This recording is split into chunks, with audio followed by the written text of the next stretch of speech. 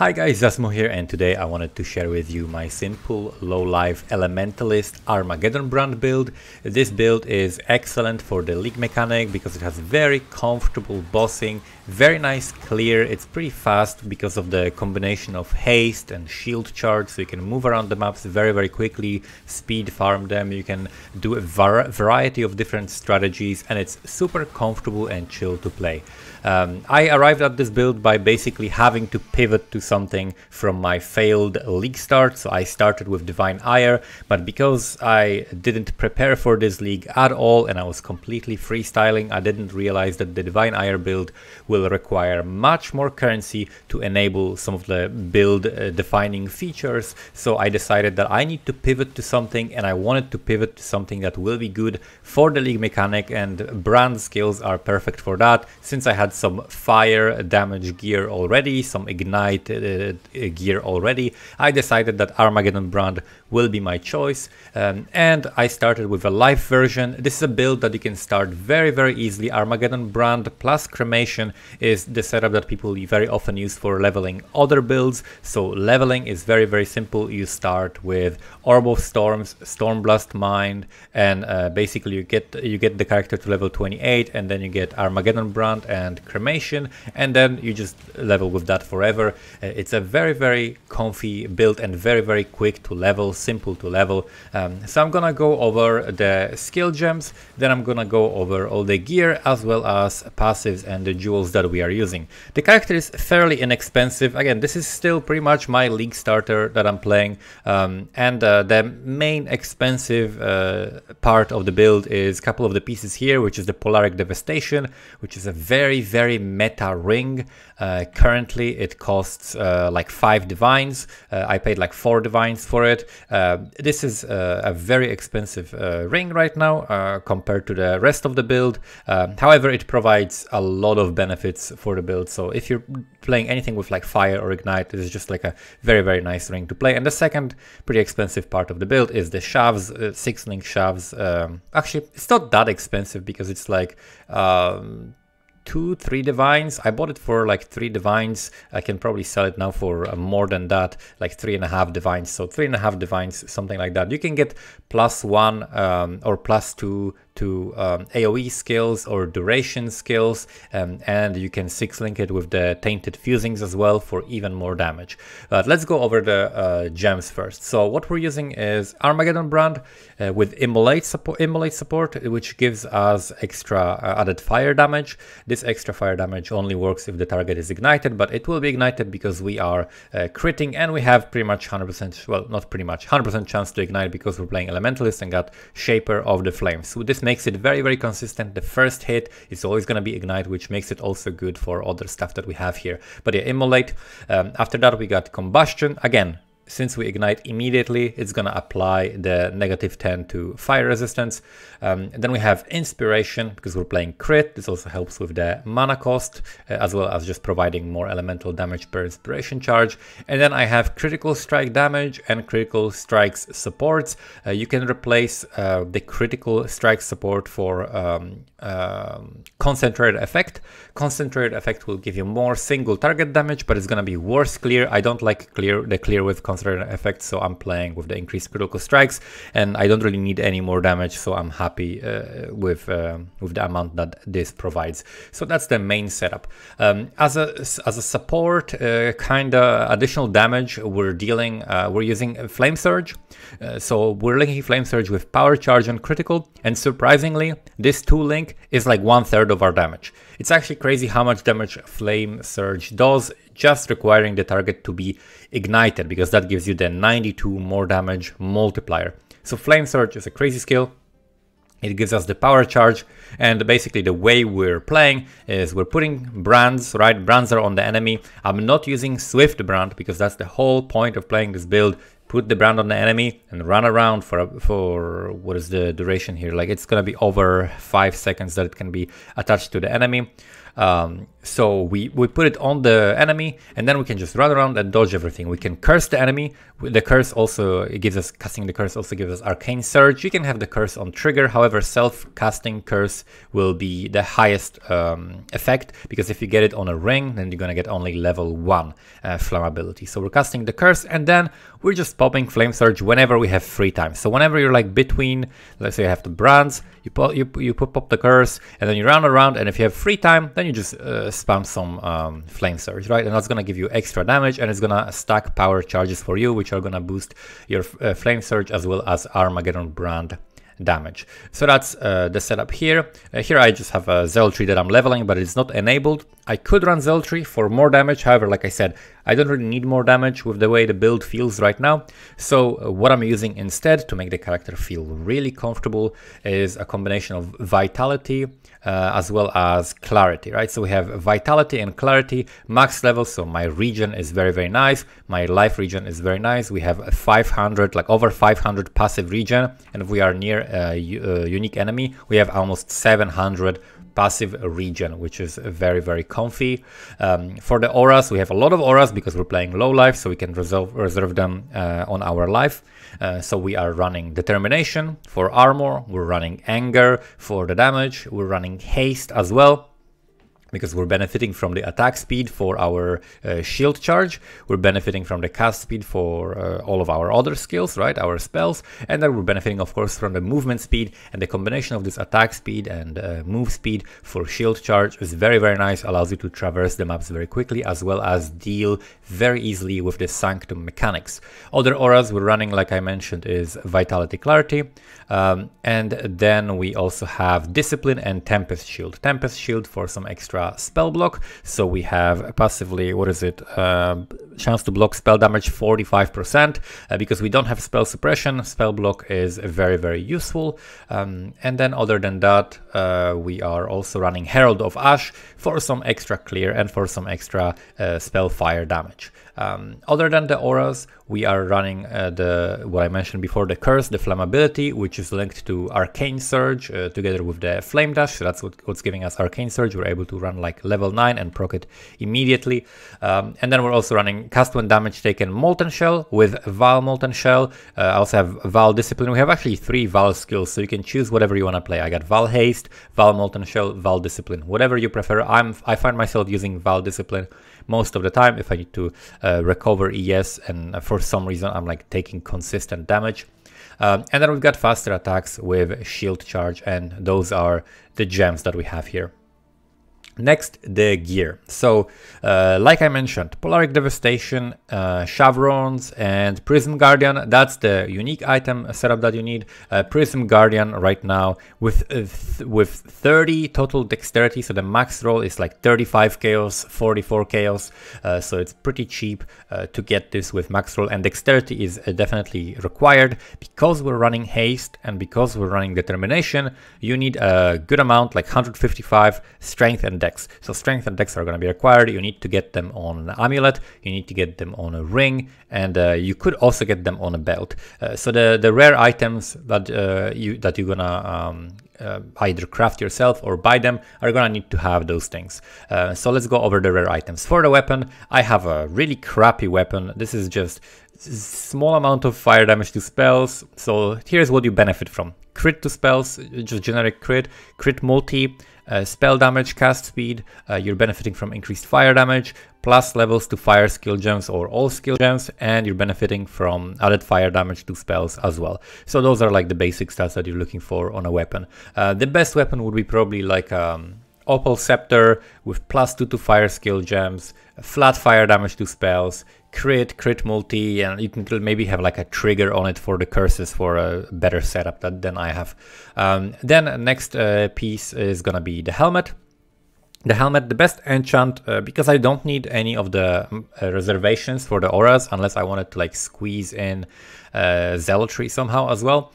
So the highest amount of damage is actually going to be the 40% increased damage for this setup according to POE. So I just got that very cheap helmet. So I crafted on it resistances and energy shield. Very, very simple.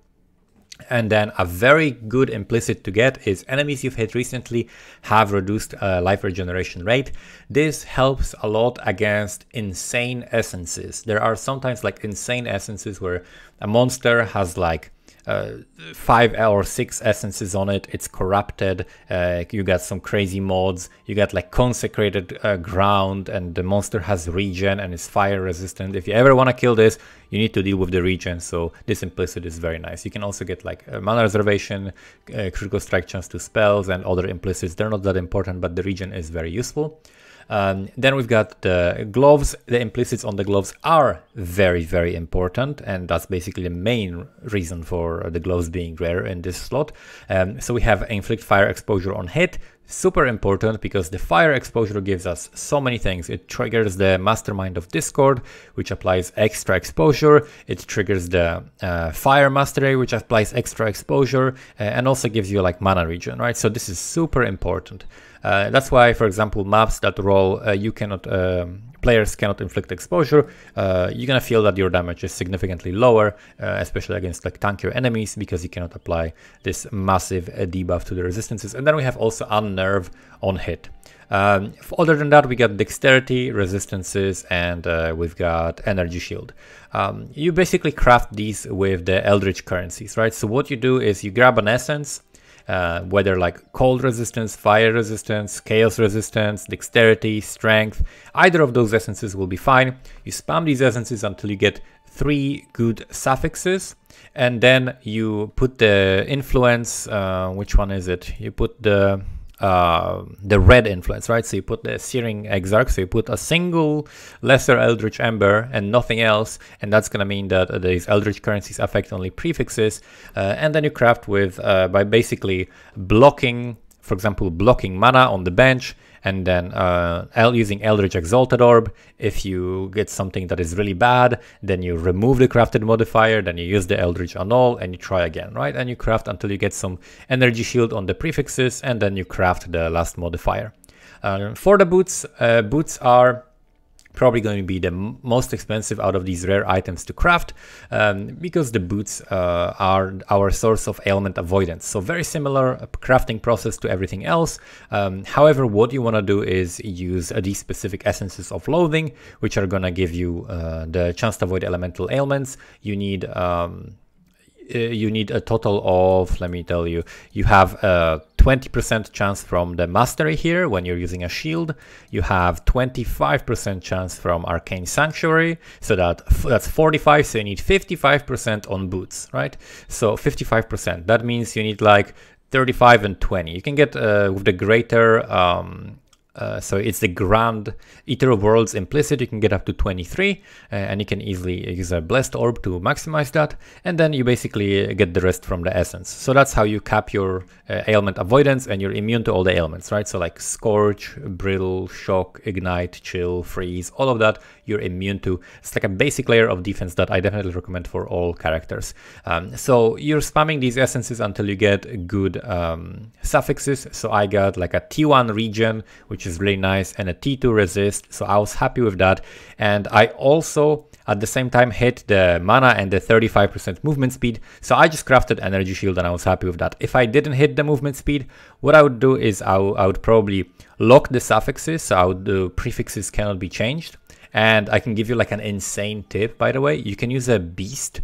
There is a beast, bristle matron something, that adds a random metacraft on the item. And if you have all the suffixes filled, the only metacraft that you can get is going to be suffixes cannot be changed. So you're spending like, that beast was like 160, 180 chaos, so you're spending less than 1 divine for a craft that would normally cost you 2 divines. So you craft that, and then you do Ashling, or you do Veiled Chaos Orb, but Ashling is better, and you basically unveil movement speed, so it's going to be like 30% movement speed and extra like chance to gain onslaught, or extra movement speed if you haven't been hit, or like immune to chill or whatever. So you craft the movement speed with the unveil, and then you craft life on it, up to 70 life from just the bench, or if you're using energy shield like me, then you're gonna craft energy shield, right? Increased energy shield.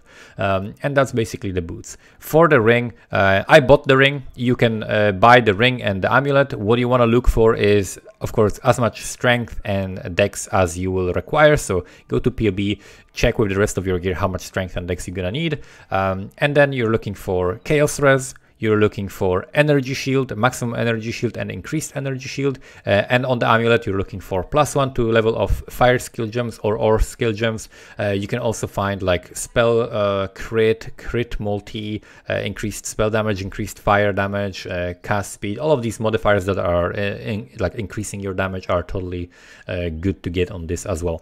For the anointment, we're anointing champion of the cause. This is pretty important. So a lot of people are going to be probably asking, like, how the hell do you fit 3 50% auras in your life? That's not possible.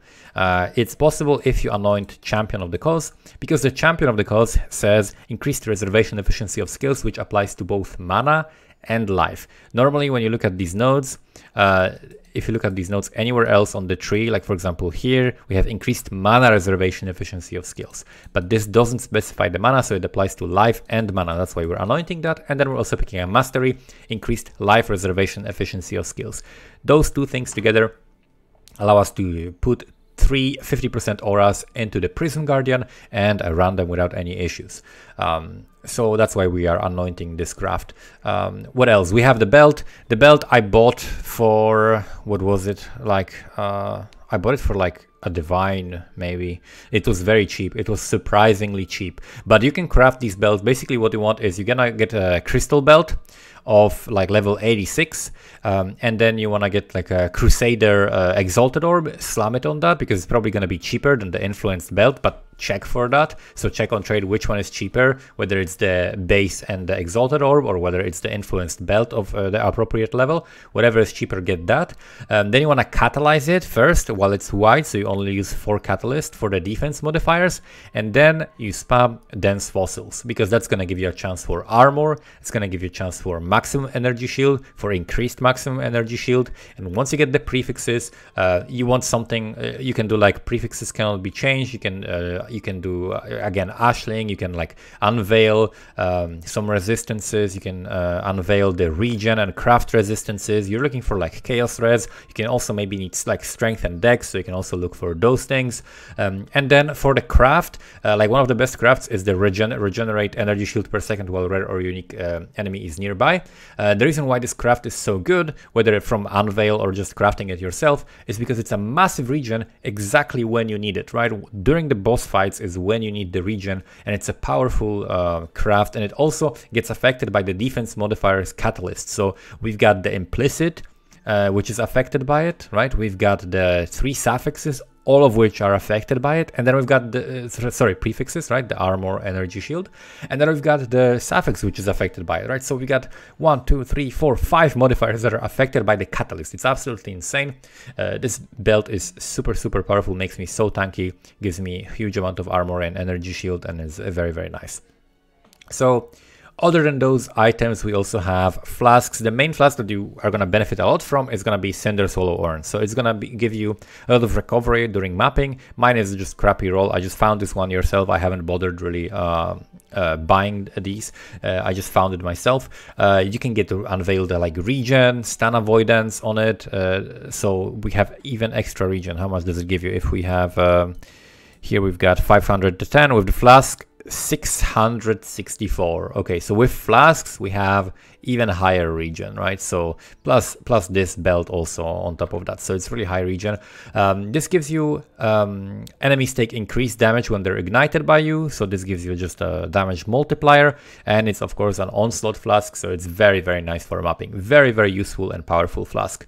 Then we're also running granite flask. I have granite flask with increased crit chance and crit chance with increased armor, because it's cheaper to buy the mods that don't fit this particular flask. So we have that as well. And we've got of course Quicksilver flask and also Quartz flask. I think Quartz flask is very important for this build. It's gonna make your life much easier, and the way I have them set up is because this one has the highest amount of the highest amount of charges, right? The highest amount of uses. I can use it 3 times, so it's going to be up all the time. This one is going to be up the least of the time. So you want to, whatever button you press, right? Like I pressed 4 for my flasks and I get them all triggered. So no matter what, I'm going to have this flask active, and all the flasks are always going to activate, right? So you want to have them, like if I was pressing 1 for the flasks, then I would have the one that has the most uses going downwards, right? So last would be the flask with the least uses. So that way they always, if there are charges,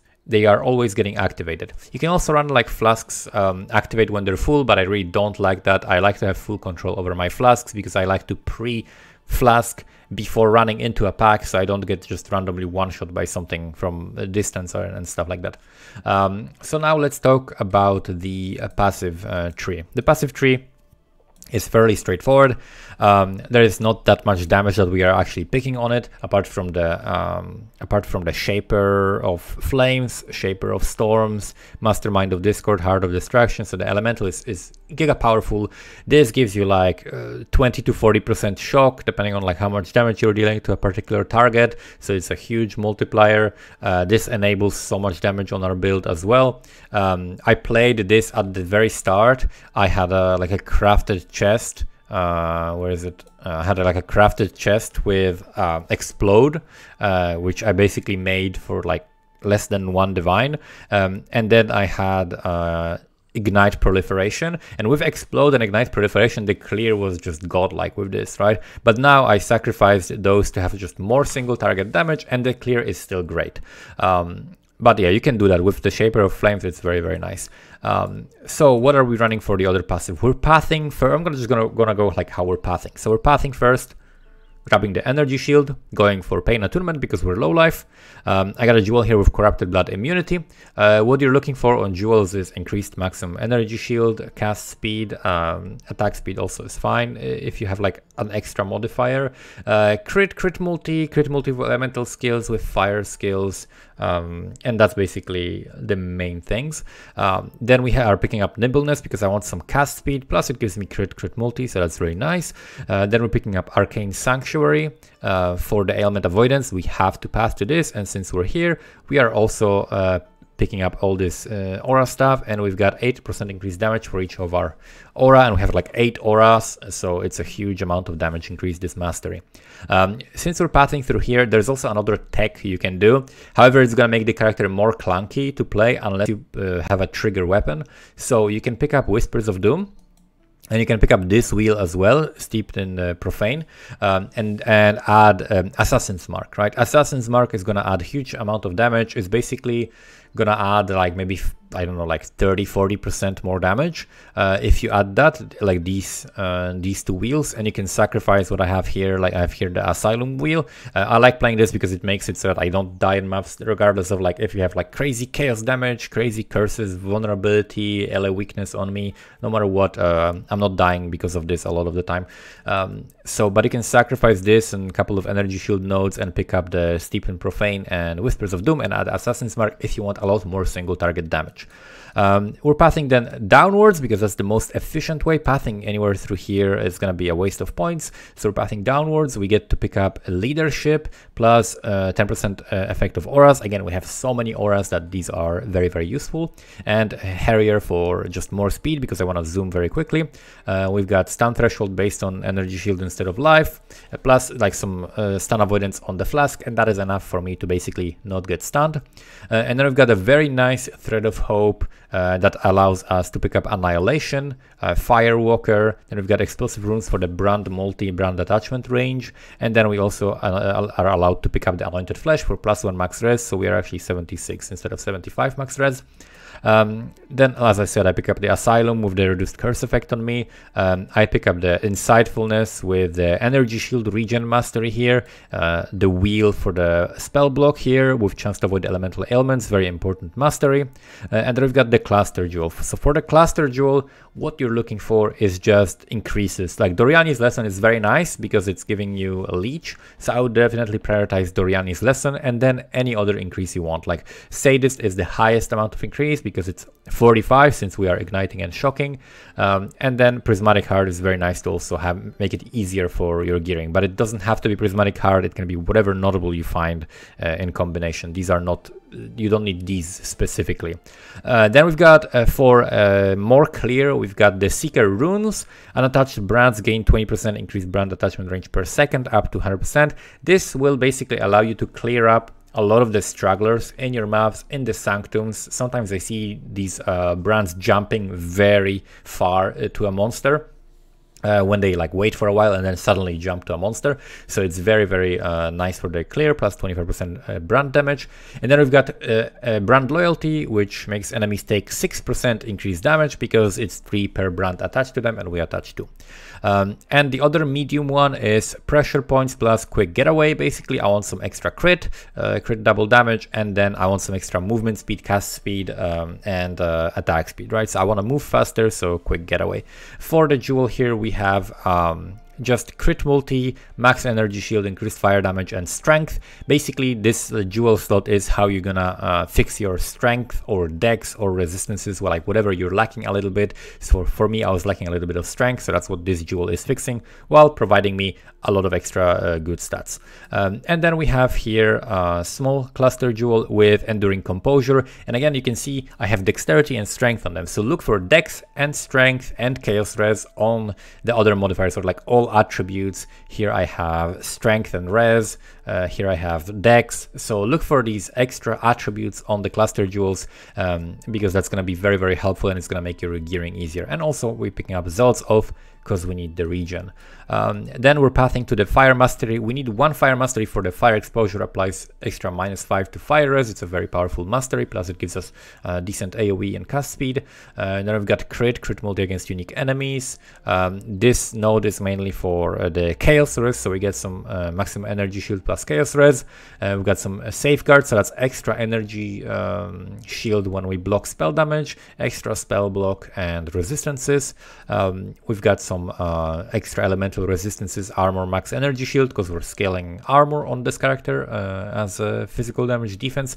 And then rune binder, runesmith, and brand mastery. For brand mastery, you can pick brand attachment range, or you can put you can cast 2 additional brands. I find that 2 additional brands is really good for mapping. Like, you really want the 2 additional brands because you're gonna be spamming it as you're running into new packs, so it's gonna be very, very helpful. And that's basically the setup in terms of the passive skill tree. The character, again, is very, very simple to play. The total cost is not that high. Like, the highest thing is the Polaric Devastation, but at first you don't need it. You can just farm up for it. The main thing that you're gonna need for this setup is gonna be like the Shavs and the Prism Guardian, which is gonna be together like 4 divines or something like that. But you can start this as a live version and it works totally fine. I started playing this as a live version. I crafted the explode chest and I got like ignite prolife, and it was really, really fun to play. So from the very beginning, this character can be played without pretty much any currency. It's definitely a viable league starter, and it can be scaled much higher than what I'm doing here, but this is just like a very, very simple version. So for people who want something really simple, just a simple, reliable starter, like let's say you started a build and it's really bad for the league mechanic, and you're looking for something that can do the league mechanic very comfortably, this is definitely a type of a build that can do this. You can also do the same thing with like Stormbrand. Penance Brand I would not recommend because Penance Brand requires Swift Brand support. Wintertide Brand also has like a short duration, so definitely only Stormbrand or Armageddon Brand is what I would recommend if you want to use this play style of like putting brands on the enemy and then running around for like 5 seconds or more. If you have some duration on your skill tree, you can get it to like 10 seconds and just completely chill and not worry about anything else. But yeah, hopefully this has been helpful and clear. If you have any questions, you can post them in the comments below. I will put the POE in the description as well. Thank you so much for watching and see you next time.